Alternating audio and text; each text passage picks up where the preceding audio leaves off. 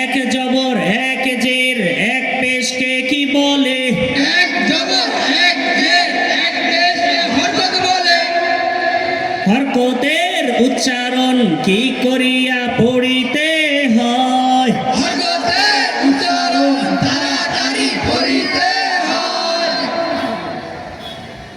এক জবর এক জের এক পেশ যেখানে এক জবর পড়িতে হয় সেখানে, কি করিয়া পড়িতে হবে সেখানে? তাড়াতাড়ি পড়িতে হবে সেখানে। মদ মদ কয় প্রকার? মদ মদ 10 প্রকার। এক আলিফ মদ কয় প্রকার? এক আলিফ মদ 3 প্রকার। তিন আলিফ মদ কয় প্রকার? 3 আলিফ মদ 2 প্রকার। চার আলিফ মদ কয় প্রকার? 4 আলিফ মদ 5 প্রকার। আচ্ছা, 5 প্রকারের নামটা বলতে পারবেন? মধ্যে মুতাসিল। মধ্যে মুত্তাসিল। মধ্যে মুতাসিল। মারহাবা বলবেন না সবাই?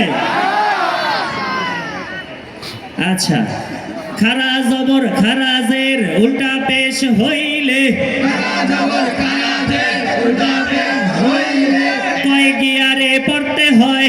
এক গিয়ারে পড়তে হয়। কয় গিয়ার? এক গিয়ার। কয় গিয়ার? এক গিয়ার। কয় গিয়ার? এক গিয়ার। কয় গিয়ারে পড়তে হয়? এক গিয়ারে পড়তে হয়। আপনারা এক গিয়ার মানে বুঝছেন? এক আলিফ টান, এক আলিফ টান, এক আলিফ টান মানে এক গিয়ার। মানে মজা দিয়ে বয়স্কদেরকে পড়াতে হবে, নাহলে তাদের মেমোরিতে জং ধরে গেছে, মেমোরিতে ঢুকবে না। এইভাবে উৎসাহ দিয়ে মজা করে তাদেরকে পড়ানো হচ্ছে। ক্লাসটা কেমন লাগলো আপনাদের?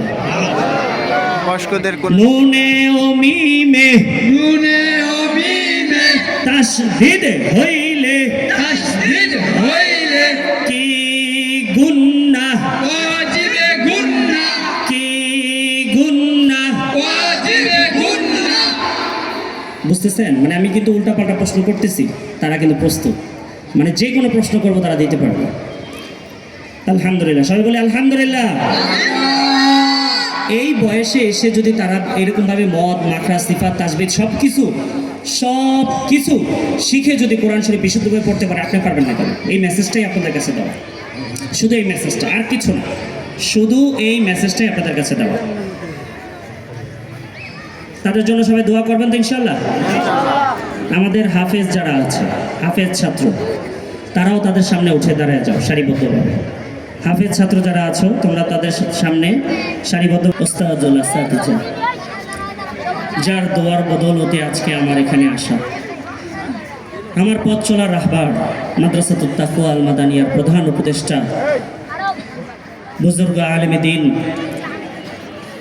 জনাব হযরত মাওলানা মুফতি